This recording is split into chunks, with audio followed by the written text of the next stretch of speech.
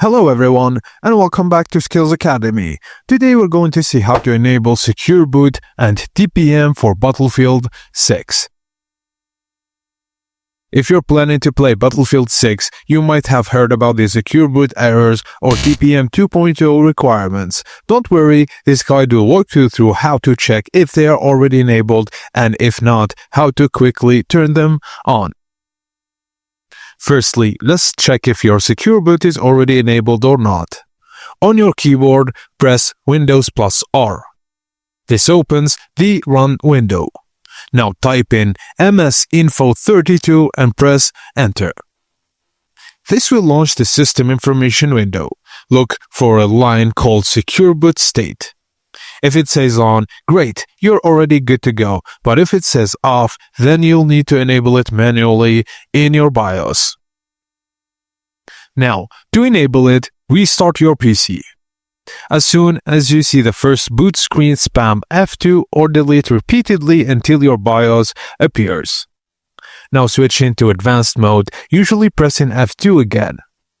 Now navigate to the Boot tab in the BIOS and select Secure Boot and change the settings to Enabled. Sometimes after enabling, it might still show as not active. Don't panic, it just needs a restart to take full effect. Now save and exit BIOS, then restart your computer. Check again with msinfo32. This time your Secure Boot state should read on. Now, to verify, press Windows plus key R again. Type tpm.msc, then hit Enter. This will open the TPM management window. If the TPM 2.0 is already enabled, you'll see the TPM is ready for use under the status section. And if it is not enabled, go back into your BIOS. On Intel systems, look for PTT, and for AMD systems, look for FTPM.